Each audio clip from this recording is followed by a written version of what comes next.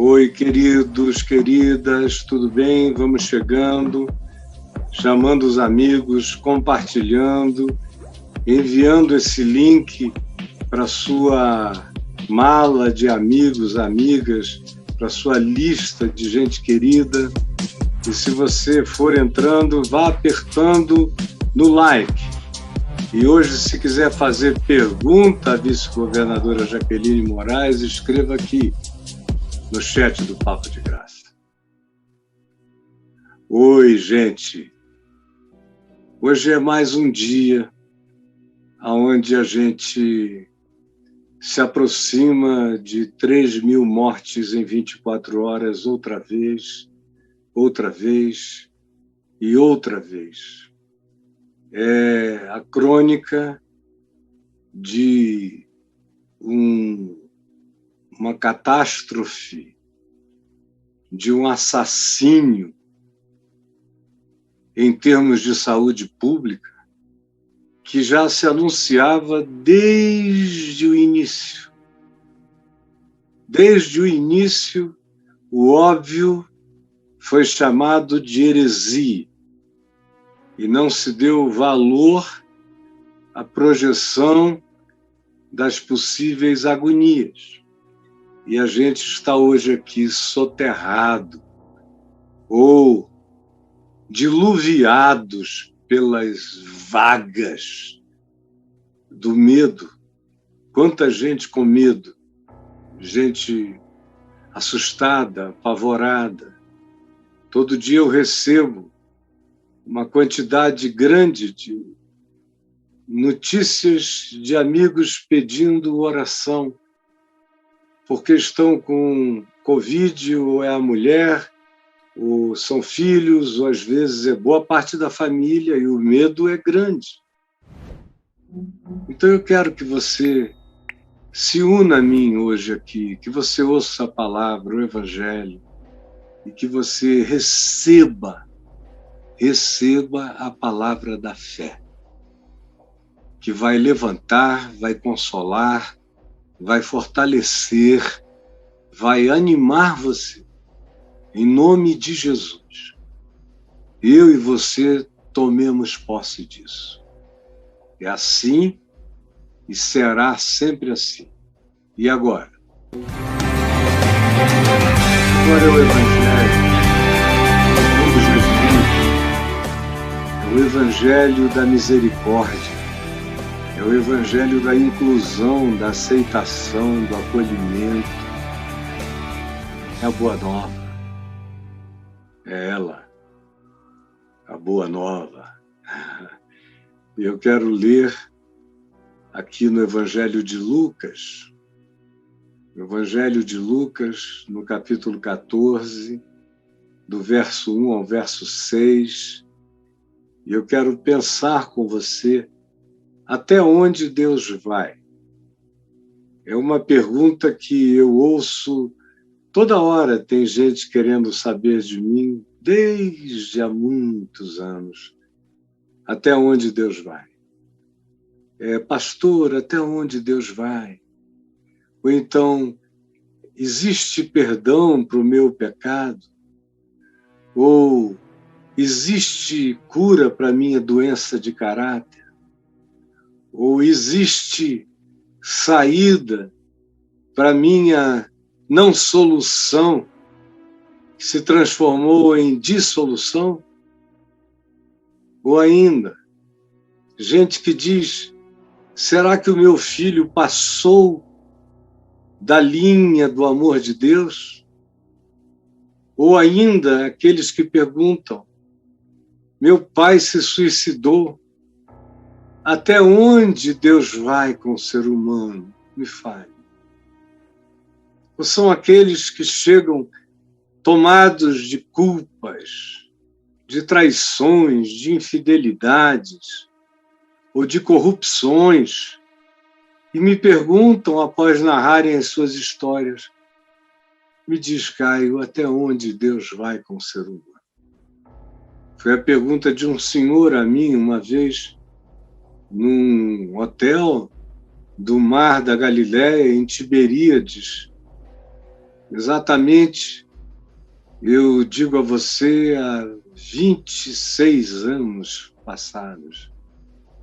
Ele estava lá num dos meus grupos grandes, com centenas de pessoas, e eu preguei à noite, depois do jantar, e vi que ele caiu num choro, me abordou catatônico, totalmente lívido, macerado, e pegou no meu braço, angustiado, e me disse: por favor, eu preciso que o senhor me ouça.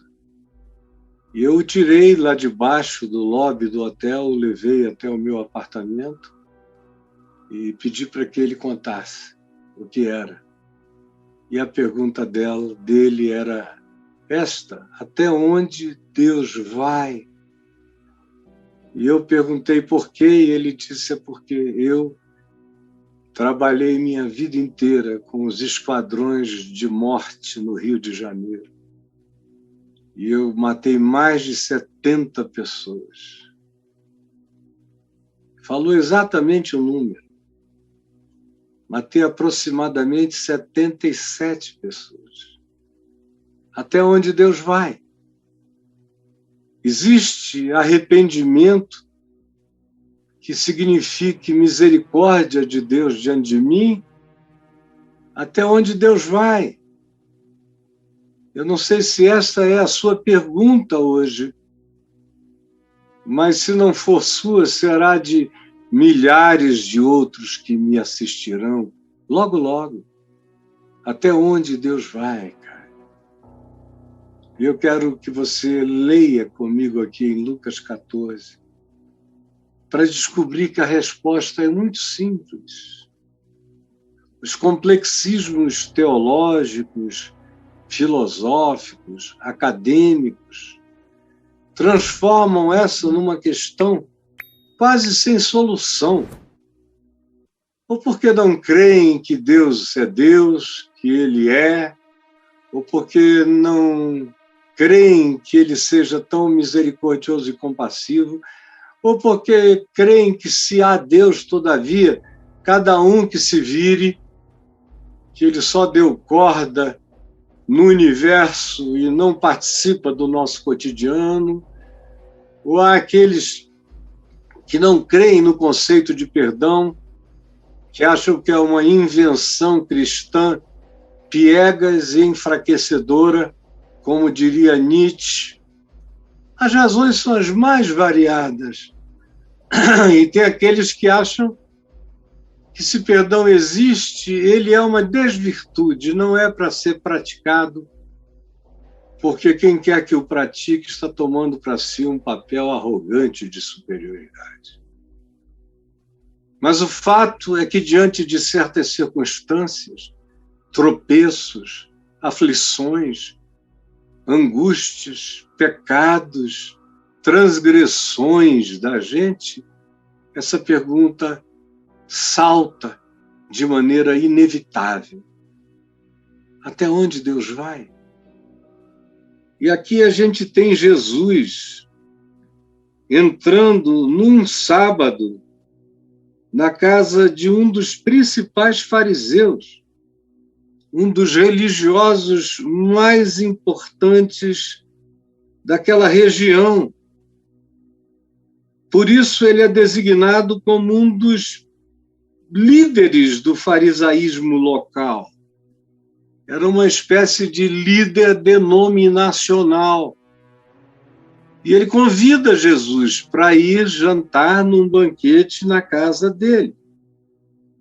Convidou Jesus para a ceia, para comer pão. E aqui se diz: eis que na sala, na casa, no ambiente, todos o estavam observando. Observando. Ora, diante de Jesus se achava um homem hidrópico, um homem com barriga d'água. Era o nome antigo que se dava à hidropisia, era a barriga d'água. Uma coisa horrorosa, de um desconforto indescritível, que pode acabar com a vida humana. E é esse indivíduo que está ali, bom o suficiente para ir até o lugar do banquete e mau o suficiente para ser encarado como uma pessoa saudável. Ele era aquele ser do limbo, que nem sofre de uma doença que não o permite ir e vir de algum modo, e ao mesmo tempo só Deus sabe como ele vai, como ele vem, como ele aguenta estar ali. Você conhece essa posição, esse lugar, esse estado, a sensação que ele gera na gente, o desconforto, a inadequação? Era assim que esse homem se sentia. Então Jesus, dirigindo-se aos intérpretes da lei, aos exegetas, aos hermeneutas, aos acadêmicos da teologia, da interpretação bíblica, os cientistas da Bíblia, Jesus se dirigiu a eles que estavam ali, com todas as validações e diplomas de intérpretes autorizados da lei de Moisés e das escrituras do Velho Testamento e dos judeus. E dirigiu-se também aos fariseus. Ele estava na casa do líder dos fariseus e havia uma grande expressão de lideranças da denominação farisaica, dessa expressão denominacional dos judeus presentes naquela ceia. E a eles Jesus perguntou, na presença desse homem que sofria de hidropisia, de barriga d'água, lhes perguntou: é ou não é lícito curar no sábado? Era sábado. Jesus já tinha curado no sábado antes, e os intérpretes da lei, os fariseus e os demais religiosos o tinham perseguido e blasfemado dele, dizendo que ele era um atrevido, que não respeitava a lei de não fazer nada no sábado, porque no sábado ele curava os olhos de um cego, purificava leprosos, arrancava a dor de sobre os ombros das pessoas, e diziam que ele era um blasfemo, um ser perigoso, um herege, porque ele tinha compaixão de quem ninguém tinha compaixão, ou porque ele acolhia gente que os demais, os superiores da religião, desprezavam. Então, qualquer que fosse a sua ação, em qualquer dia da semana, mas num sábado especialmente, imediatamente ela recebia a taxação, o label de expressão herética. Porque era assim que esses religiosos liam as manifestações, os gestos da misericórdia, da bondade, da graça, da compaixão, da solidariedade, da empatia, do abraço curador, da inclusão, que, ao incluir, sara o excluído. Estão ali esses seres acostumados a colocarem esses labels em Jesus. Por isso, agora é Jesus quem volta-se para eles. Dentro da casa do maioral deles, na presença dos seus acadêmicos mais respeitados e dos líderes religiosos mais legalistas. E vai logo perguntando a quem se intitula com o poder de responder, os intérpretes da Escritura, e lhes pergunta: é ou não é lícito curar num sábado? Me respondam.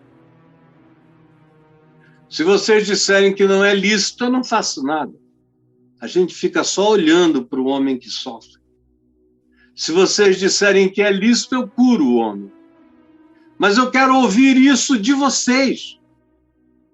Vocês que têm um poder enorme de acusar, de tratarem com maldade a expressão da bondade de Deus manifesta através de um ser humano, ou especialmente naqueles dias através de Jesus, o que vocês dizem?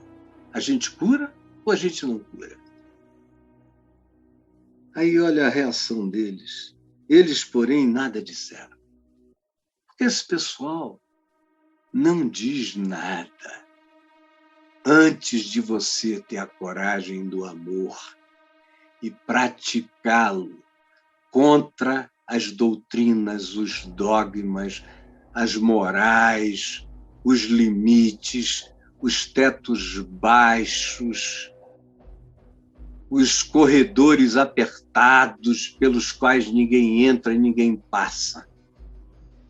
Eles não dizem nada, até que alguém tenha a coragem de desbravar a maldade,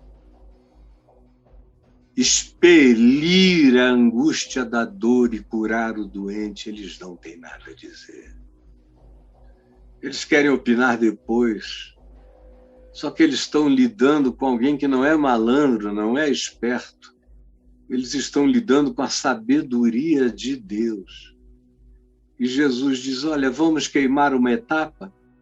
Geralmente eu curo e vocês se revoltam depois, então vamos resolver antes. Eu curo ou não curo? Me digam. E eles não disseram nada.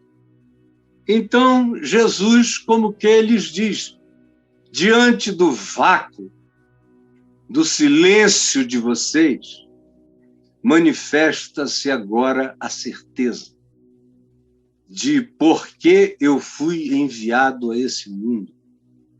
Então Jesus, tomando-o, o curou e falou, vai embora daqui para casa, meu filho. Aqui não é lugar para você. Agora você já está curado, livre, aliviado para sempre, saudável. Vá viver a sua saúde em casa. Você não depende mais de ninguém, nem do capricho de ninguém. Vá viver a sua saúde, a sua liberdade no Evangelho, na experiência de encontrar aqueles a quem você ama e que lhe amam de volta. Vá. E o despediu.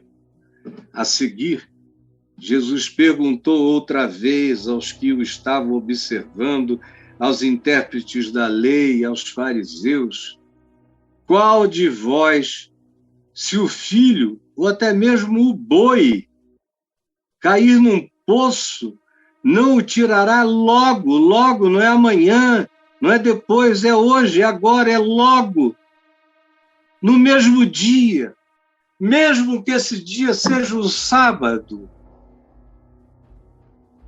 E agora eu quero responder a você com o que Jesus disse aqui, com certeza absoluta. E você me ouça sabendo que você está ouvindo a palavra do Evangelho, a palavra de Jesus, sem dúvida, sem titubeio, sem nenhum achismo.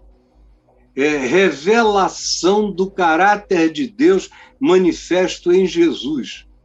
Em Jesus eu sei quem Deus é, como o homem deve ser, e eu sei até onde Deus vai, com o homem, pelo homem. Porque Deus prova o seu amor para conosco, pelo fato de Cristo, Jesus, ter morrido por nós, sendo nós pecadores irreconciliados com Ele, porque Deus estava em Cristo reconciliando consigo mesmo o mundo, não imputando aos homens as suas transgressões. Até onde Deus vai com o homem? A primeira coisa que eu quero dizer para você hoje aqui é a seguinte, preste atenção, para a gente concluir, e eu quero que você preste atenção. Primeiro, a gente conversa no verso 1, com o fato de que essa questão, até onde Deus vai, Jesus a coloca para o líder dos fariseus, para os intérpretes da lei, para a denominação dos fariseus. Jesus responde essa pergunta dizendo que essa é a grande questão teológica dos religiosos. religioso fala muito em inferno porque ele não sabe até onde Deus vai. E como ele pensa que Deus é tão horroroso quanto ele, é tão sem compaixão quanto ele, é tão privilegiador das leis e das morais de exclusão como ele é, que essa se torna a grande questão até onde Deus vai. Quem vai para o céu? Quem pode ser salvo? Será que ele foi para o inferno? Morreu sem ser de igreja, está perdido? Morreu sem ser alguém que confesse a fé no cristianismo? Se perdeu? Se é alguém que se suicida, foi para além do alcance de Deus? Até onde Deus alcança? É a grande questão teológica que Jesus indica no verso 1. Na casa desse fariseu, aonde estavam os principais sacerdotes, os intérpretes da lei e os fariseus, o observando. E ele olha, entra, olha e vai direto para onde está a carência humana, no homem hidrópico, e todo mundo olhando para ver o que vai rolar. E a questão que subjaz é: até onde esse cara pensa que pode ir? Até onde ele acha que Deus iria? Ele pensa que Deus não tem limite? Ele pensa que Deus vai aonde ele põe as mãos? Ele pensa que Deus perdoa a quem ele perdoa? Ele pensa que a graça divina abraça quem ele acolhe? Esse presunçoso? E todos o observavam com essa questão pulsante, latejante. Essa é a pergunta no coração religioso, é a grande questão teológica. Você vai estudar nos seminários, nos cursos de teologia, de mestrado, de doutorado, do que você queira, no fim a pergunta que não cala é: até onde Deus vai? E tem um monte de gente que escreve compêndios de limite: Deus não vai até ali, Deus não alcança aqui, esse tipo de gente está fora. E eles dizem, com supremacismo, com certeza, tem essa coragem, essa ousadia, cometem essa brutalidade e se dedicam a riscar essas linhas doutrinárias, designando até onde Deus vai e a partir de onde Deus não vai. E se você disser que só Deus diz até onde ele vai, eles dizem que você é um liberal que perdeu a ortodoxia. Aleluia! Mas essa é a grande questão teológica. A segunda coisa que aparece aqui e que Jesus nos deixa perceber é a grande angústia humana. Se o religioso olha para esse drama aqui descrito e por mim lido como a grande questão teológica, até onde Deus vai, se é a grande questão teológica, saiba, sempre é a grande angústia humana. Porque o verso 2 diz que Jesus está olhando. Enquanto eles observavam a Jesus, Jesus olhava para quem estava diante dele. Eles observavam a Jesus e não viam a dor humana.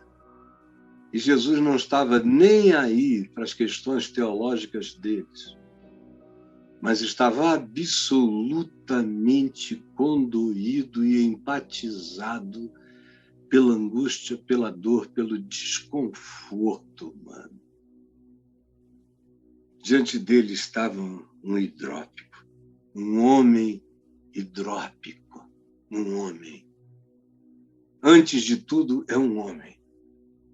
Depois é um homem hidrópico, é um homem lunático, é um homem esquizofrênico, é um homem com câncer, é uma mulher com transtornos emocionais, ou é uma mulher que desorganizou-se de maneira hormonal e está tomada por angústias e ansiedades imensas, ou é um jovem que se viciou em determinadas drogas, mas sempre tem um homem antes, um ser humano.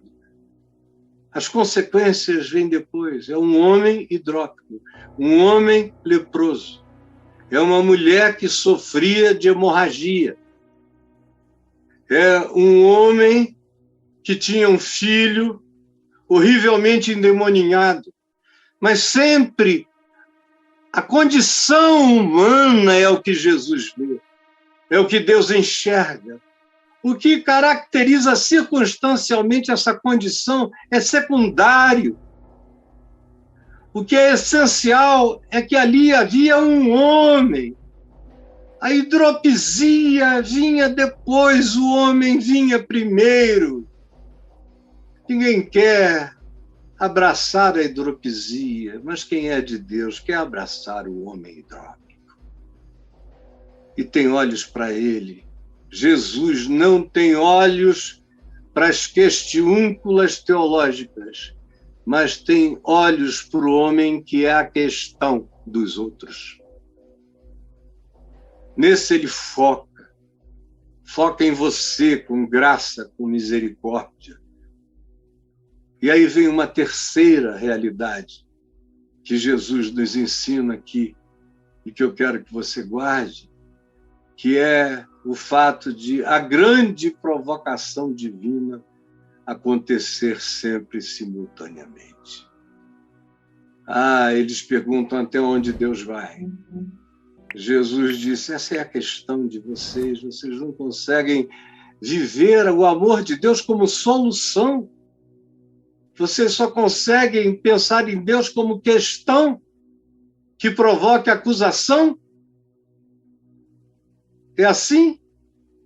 Vocês não enxergam o ser humano, vocês enxergam apenas as condições, as circunstâncias, a calamidade dele. Pois fiquem sabendo que olhar para ele e não olhar e não ouvir as questões de vocês, é a grande provocação de Deus. É a grande provocação divina. É não estar nem aí para as catequeses, para os catecismos, para as doutrinações das limitações divinas. E, ao invés disso, olhar no homem, na mulher, na condição que os acomete e fazer do amor de Deus a grande provocação. Olha o que diz de maneira tão linda o verso 3, que diz que a pergunta dele, a provocação dele é essa, é ou não é lícito curar no sábado? Então me respondam, ele está aqui para provocar, eles, porém, nada disseram. E você tem que ter a coragem de se insurgir antes, ou então cale-se para sempre. Jesus fez como nos ritos de casamentos formais. Tem alguém aqui que tem alguma coisa que possa impedir esse casamento, essa cura milagrosa? Se levante agora. Ou então cale-se para sempre, seu fariseu. Ou você cura o homem, ou vá calado. Ou não se meta, ou não abre a boca. Ou você tem remédio, ou ofereça silêncio. Ou você tem lenitivo, ou então ofereça quietude.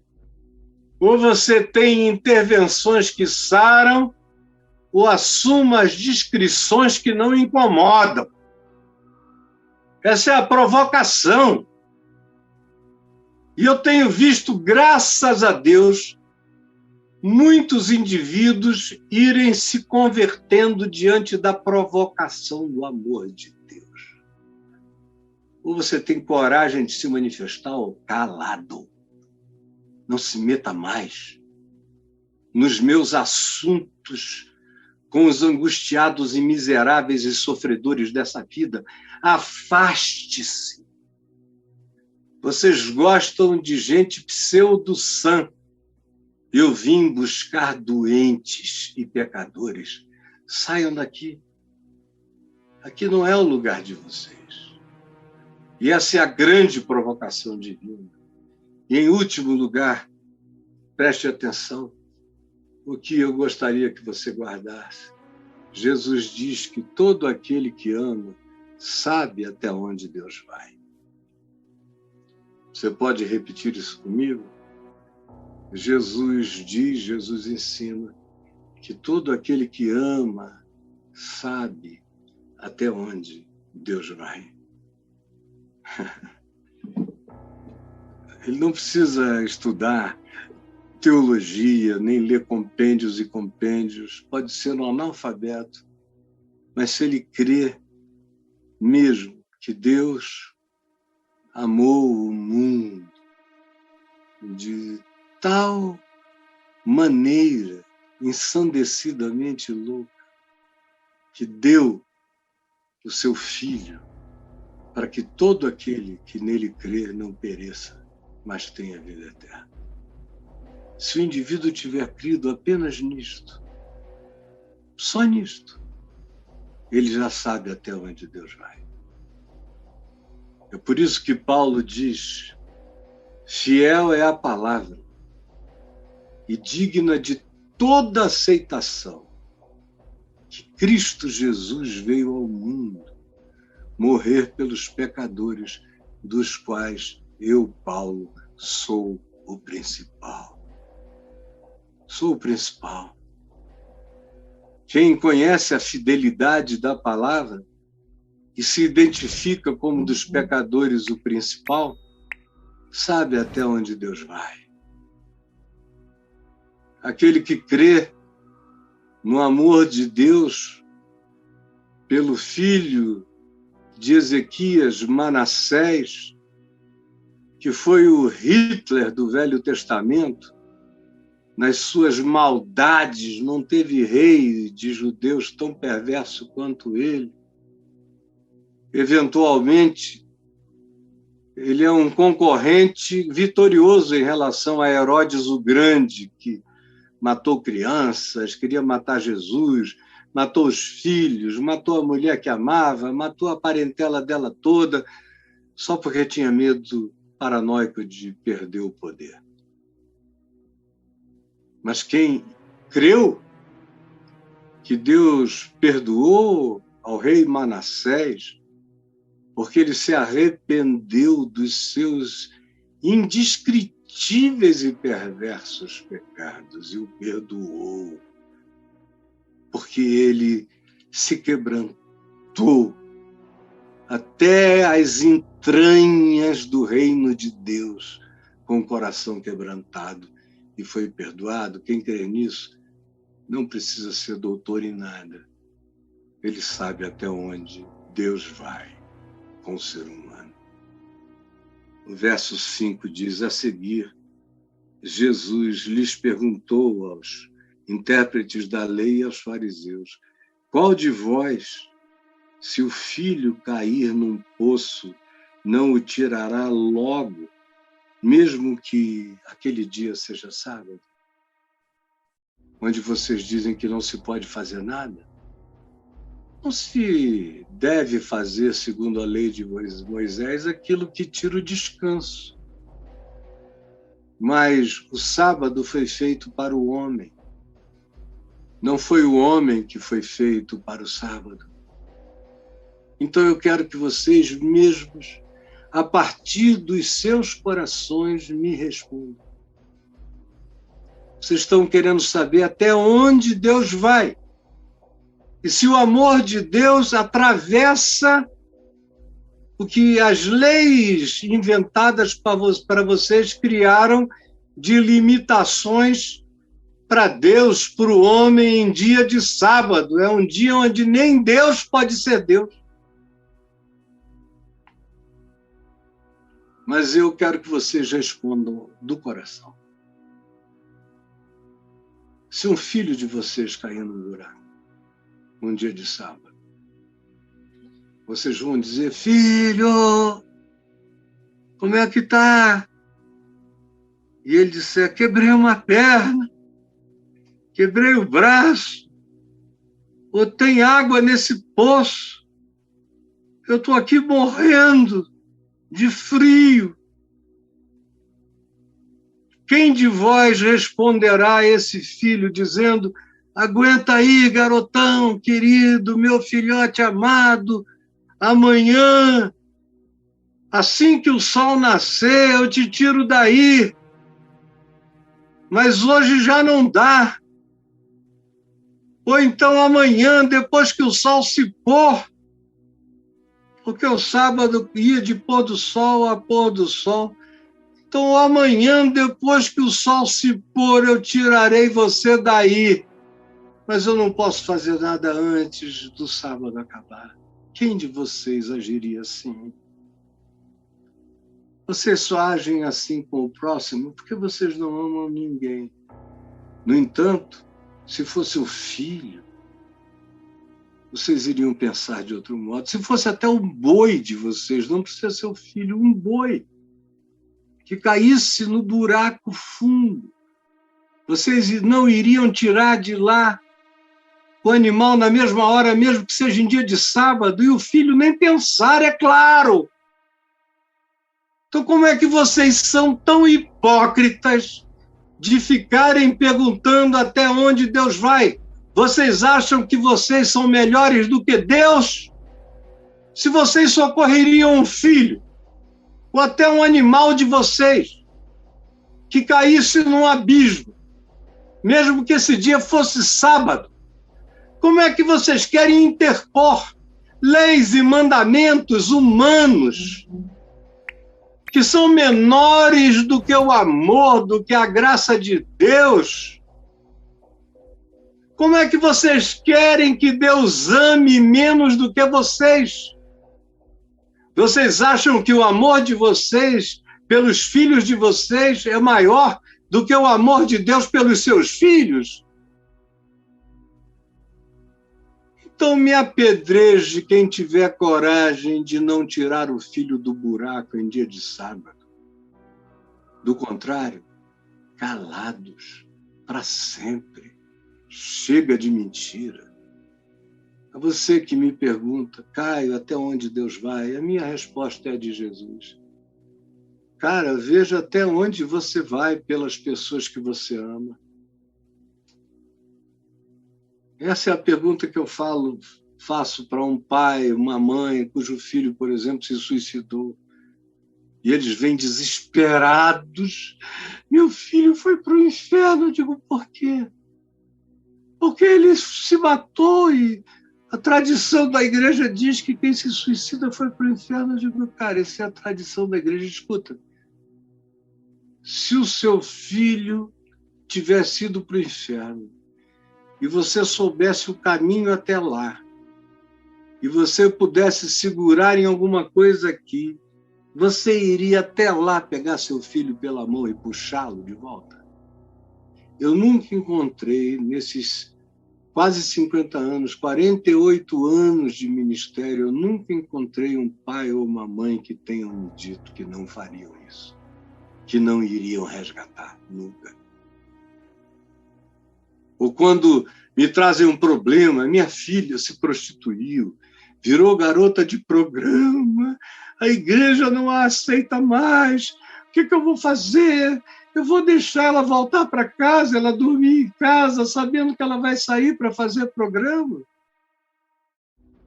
Eu digo: e o que você pensa em fazer? Por que você tem essa dúvida? É porque eu não sei se eu vou desagradar a Deus. Escuta, o seu coração, mesmo abominando o que ela está fazendo, quer recebê-la de volta? Todos. Eu acho que no curso de centenas de vezes que eu fiz essa pergunta, um ou dois pais muito doidos de estupidez me disseram que não queriam mais que a filha entrasse em casa. Todos os demais disseram: eu quero que ela volte, eu só não quero que ela desapareça. Eu digo: então, vai até onde Deus vai, porque Deus vai até onde a tua filha esteja. Ele deixa as 99 ovelhas no aprisco, vai procurar uma que se desgarrou. Ele é como aquela mulher que deixa o serviço da casa o dia inteiro e vai procurar uma pataca de um estáter valoroso, uma moeda antiga, com um valor enorme, até achá-la, e depois reúne as amigas, dá uma grande festa pela alegria de ter recuperado o que ela gostava tanto. É como o pai dos 2 filhos, e um deles vai embora e se arrebenta todo, quebra a cara, e depois de uns anos volta como um mendigo esfarrapado, e o pai o vê de longe, corre na direção dele, o abraça e o beija, põe-lhe um anel no dedo, sandália nos pés, bota que lhe traga uma boa roupa, manda contratar a melhor banda da cidade, matar um novilho cevado e fazer uma festa, e alega: porque esse meu filho estava morto e reviveu. Estava perdido e foi achado. Até onde o amor de Deus vai? Lembram em Lucas 16, aqui na frente, daquele administrador infiel? Tudo que eu falei aqui está no capítulo 15 para frente. Aquele administrador infiel aqui no capítulo 16 foi apanhado roubando. Aí falou: meu Deus, eu desagradei o meu Senhor, o que vai acontecer? Eu vou ser posto na rua. Bateu-lhe um arrependimento e uma vontade de diminuir os danos. Ele pratica a teologia da diminuição dos danos. E aí ele chama aqueles de quem ele tinha se apropriado indebitamente e faz um negócio. Quanto você deve ao meu patrão? Aí um diz 100. Ele diz: escreve 60, está tudo quitado. E vai fazendo assim, baixando a dívida de todo mundo, e todos ficando alegres, e dizendo: olha, se você um dia precisar de alguma coisa, minha casa está aberta para você. Aí quando acabou essa operação, ele não tinha mais emprego, mas ele tinha centenas de casas e de amigos capazes de acolhê-lo com misericórdia. E Jesus elogiou esse administrador infiel, porque ele sabia até onde o amor do seu patrão iria, porque o patrão chegou e o elogiou. O elogiou porque ele se ouve atiladamente, sabiamente, porque era melhor ter um prejuízo de 20% do que de 100%. E o patrão disse: ele fez bem feito. Eu não vou carregar em nenhuma punição sobre ele, porque ele acreditou que a minha compaixão se estendia para além das lógicas de gestão. Até onde o amor de Deus vai? Jesus diz que aquele que ama sabe até onde o amor de Deus vai. Eu estava ali embaixo, celebrando o aniversário da minha mulher, eles continuam lá. Alguns dos filhos e netos, nem todos puderam vir, porque alguns ficaram muito gripados. Distanciamento social, 2, 3 metros, muita alegria. E eu contei lá uma história, eu não sei nem agora porquê, mas a propósito daquelas coisas loucas que você faz na juventude ou na adolescência, e eles que são meus filhos. Até a Adriana diz: meu Deus, é quase impossível acreditar. Eu só sei que houve, porque eu conheço os seus amigos, com quem você e para quem você fez, e as histórias, isso e aquilo, mas de outra feita não dá para acreditar. Só dá para acreditar porque a gente sabe até onde o amor de Deus vai. porque fiel é a palavra e é digna de toda aceitação, que Cristo Jesus veio ao mundo morrer pelos pecadores dos quais eu, Caio, sou o principal. Se a graça dele me alcançou, ele alcança qualquer um no universo. Senhor Jesus, que essa palavra singela, singela, singela, encontre um pouso, um ninho, um acolhimento, um agasalho, um cobertor de amor no coração de cada pessoa que me ouviu, de modo generoso e com a fé que recebe para si o bem da tua promessa. É o que eu te peço em nome de Jesus. Amém e amém.